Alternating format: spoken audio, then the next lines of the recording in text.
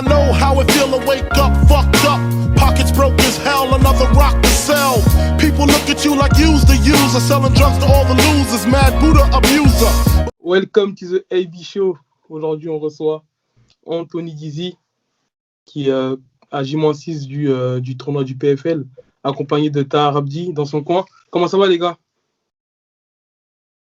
Bah, nous, ça va impeccable, hein. C'est un peu long sur place, mais on s'adapte, hein.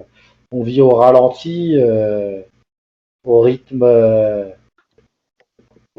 du Covid, tranquillement, quoi.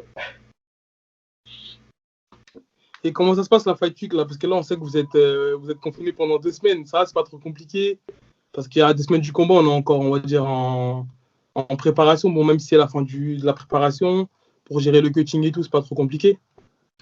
Bon, ça va plutôt bien. On est arrivé du coup 14 jours avant le combat. On a été confinés pendant 3 jours dans la chambre d'hôtel, donc ils nous apportaient les repas matin, midi et soir et on pouvait pas en sortir. Et puis une fois que les 3 premiers jours de confinement sont passés, on a pu sortir et accéder du coup aux salles d'entraînement. Il y en a plein, hein, et je sais pas exactement combien il y a de salles d'entraînement. Il doit y en avoir 10, 20 peut-être, plus un gym de muscu avec un peu de cardio, tout ça. Donc on continue la préparation sur place avec du physique, un peu de technique, et puis voilà. C'est vrai qu'il y a aussi d'autres Français qui sont arrivés quelques jours après nous. Donc Jason, et ça a permis de pouvoir aussi échanger avec eux et de tourner un peu. Donc on s'est adapté, mais bon, ça va, les conditions sont quand même pas trop mauvaises, même si le temps est long, quoi. Ouais, exactement, je rejoins Anthony dans ce qu'il dit. 3 jours de confinement en chambre, séparés, donc il a sa propre chambre, j'ai ma propre chambre. Passer 3 jours, un test Covid avant de pouvoir valider la sortie complète et définitive du confinement en chambre. Et ensuite, on a pu continuer la préparation d'Anthony, donc sur la fin, en ce qui concerne tout ce qui est prépa physique et tout ce qui concerne le technico-tactique. Voilà, on est toujours en plein dedans. On finira la semaine d'entraînement à peu près lundi, avant d'entamer tout ce qui concerne la perte de poids final. Et puis c'est vrai que du coup, on parle de déconfinement, mais c'est un déconfinement entre parenthèses finalement, parce que vous pouvez pas sortir. On peut sortir de notre chambre pour aller dans ce qu'ils appellent la zone rouge. La zone rouge, c'est une zone qui est réservée uniquement PFL Fighter. Donc ça concerne les chambres, les espaces communs où il y a les salles d'entraînement et l'espace restauration. Et puis c'est à peu près tout. Et puis on a le droit à un petit bout de balcon en extérieur. Histoire de respirer. C'est un peu comme la bulle à la Fight Island en fait, à Abu Dhabi. Ouais, voilà. Mais je pense qu'ils sont quand même un peu mieux logés à Abu Dhabi que la Atlantic City, là où on est. Ok, là il est 17h là actuellement chez vous, vous êtes aux États-Unis. 6 heures de moins qu'en France. Ouais, là sur Paris il est 23h30. Anthony Dizzy, j'aimerais que tu nous parles un petit peu de ton adversaire, Chris Wade, que tu vas affronter pour le premier tour du tournoi 1 million.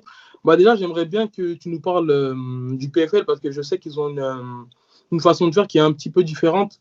Leur système de tournoi, tu peux nous en dire un petit peu plus? Alors en fait, on est 10 par catégorie de poids. Parmi les 10, il y en a 4 qui seront qualifiés en demi-finale à l'issue des phases préliminaires. Les phases préliminaires, c'est 2 combats. Donc en ce qui me concerne, le 23 avril et le 10 juin. Lors de ces 2 combats, on marque des points. Et ensuite, les 4 qui ont le plus de points parmi les 10 sont qualifiés en demi-finale. Les points, c'est donc 6 points, c'est victoire au premier round, donc KO ou soumission. 5 points, victoire au deuxième round, KO ou soumission. 4 points au troisième. 3 points, une victoire à la décision. Et puis ensuite, une égalité, je crois que c'est 1 point, et une défaite 0. Donc on cumule des points durant les 2 premiers combats, et ensuite ils font le calcul des 4 qui ont le plus de points qui passent en demi-finale à une date ultérieure qu'on connaît pas encore. Et là, ensuite, c'est de l'élimination directe, demi-finale, finale. Et là, les dates, elles sont encore inconnues, mais les années précédentes, la finale, je crois que c'était le 31 décembre. C'est ça. Il me semble que Donc c'est ça. ça se fait sur une saison et en fait, et après ça recommence quoi l'année d'après. C'est ça, Ouais, tous c'est les ça. Il ans, me il y a une semble que nouvelle saison. la demi-finale, elle sera prévue en octobre et la finale au mois de décembre. Ok, ça marche. Et pour nous parler de ton adversaire, Chris Wade, on sait que c'est un vétéran UFC qui a totalisé 5 victoires sur 7 combats à l'UFC, ce qui n'est pas rien, et qui a finalement qui est passé directement finalement au PFL. Il avait affronté notamment Islam Makhachev, le cousin de Khabib Nurmagomedov. Qu'est-ce que tu en penses toi, de ton adversaire? Tu le définirais comment au niveau de son style? Bah déjà, c'est un mec qui est habitué à la catégorie lightweight, donc une catégorie supérieure. C'est la première fois qu'il va descendre en featherweight, donc à voir un petit peu comment est-ce qu'il supporte la perte de poids.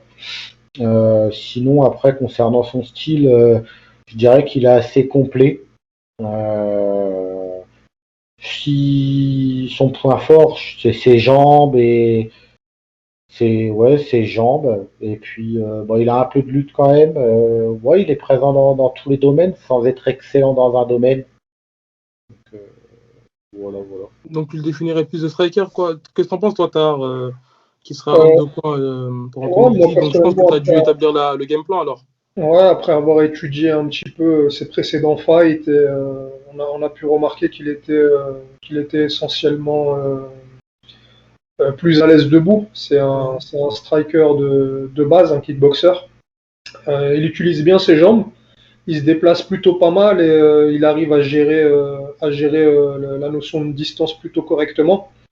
Après, il est pas, pour moi, il n'a pas toutes les armes d'un vrai bon striker. Je me comprends quand on se dit ça parce que je trouve qu'il a uniquement ses jambes. En boxe, il est plutôt léger. Il n'a pas un niveau de boxe extrêmement affûté. Après, comme dit Anthony Dizzy, c'est un athlète face à nous qui est complet en fait. Il est capable d'évoluer dans n'importe quelle dimension du combat, que ce soit dans la partie striking, dans la partie lutte. Et après, voilà, je rejoins également Anthony Dizzy, c'est que cet adversaire-là en face, au final, il n'est pas excellent dans un domaine en particulier. Ce qui veut dire Ouais. que nous, justement, par rapport à ça, on va clairement mettre en place un game plan qui va faire en sorte que nos points forts à nous, notre unique et gros point fort, en fait, on va faire en sorte d'amener le combat sur notre point fort à nous. Et essayer de tenter de tenter de gagner le combat sur la décision, parce qu'on a pu observer aussi que c'est un adversaire qui n'a jamais été finalisé, qui perd uniquement à la décision, donc on a supposé que ça allait être très compliqué de le finir. On y va bien évidemment dans l'optique de le finir, hein, mais le game plan mis en place, c'est un game plan qui est basé sur la distance. Voilà. D'accord. Et parlant stylistiquement, Anthony Dizzy, je sais que toi, tu es un lutteur.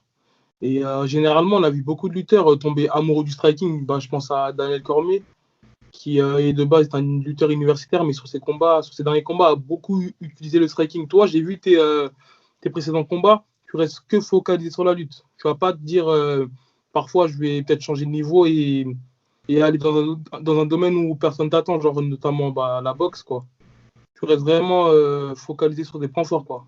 Bah, en fait, jusqu'à présent, c'est vrai que ça a été mon game plan parce que, bah, voilà, comme tu l'as dit, je me focalise sur mes points forts et puis c'est ce qui me permet d'aller chercher bah, des victoires. Néanmoins, quand quand il y a besoin, je suis capable de rester debout pour boxer et ça a été le cas lors de mon avant-dernier combat où j'avais été mis en difficulté sur la lutte et et du coup, on avait fait quasiment les trois quarts du combat debout et on avait été chercher la victoire debout finalement.